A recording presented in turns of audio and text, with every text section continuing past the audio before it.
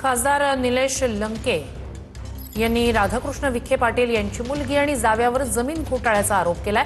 श्रीरामपूरमधील 4000 acre जमीन ZR2 कंपनीला देण्याची प्रक्रिया सुरू होती असं निलेश लंके यांनी म्हटलंय।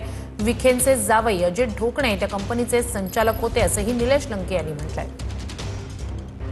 तर निलेश लंके यांनी राधाकृष्ण विखे पाटील यांच्या मुलीवर आणि जावयावर जमीन घोटाळ्यासंदर्भात आरोप केलेले आहेत। एका कंपनीच्या मुद्द्यावरून 4000 एकर जमीन ZR2 कंपनीला देण्याची प्रक्रिया सुरू होते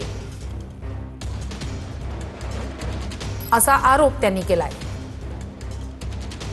निलेश लंके यांनी राधाकृष्ण विखे पाटील यांच्या मुलीवर आणि जावयावर आरोप केलेले जमीन घोटाळ्याचे आरोप करण्यात आलेले आहेत।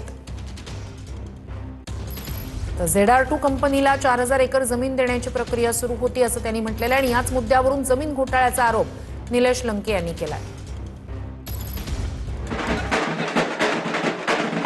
श्रीरामपूर तालुक्यातील महाराष्ट्र शासनाच्या शेती महामंडळाची 4000 एकर जी क्षेत्र जमीन ZR2 ग्रुप होल्डिंग कंपनीला जी मागणी केलेली आहे ती कंपनी फेक आहे आणि ती कंपनी काही राजकीय लोकांच्या संबंधित आहे।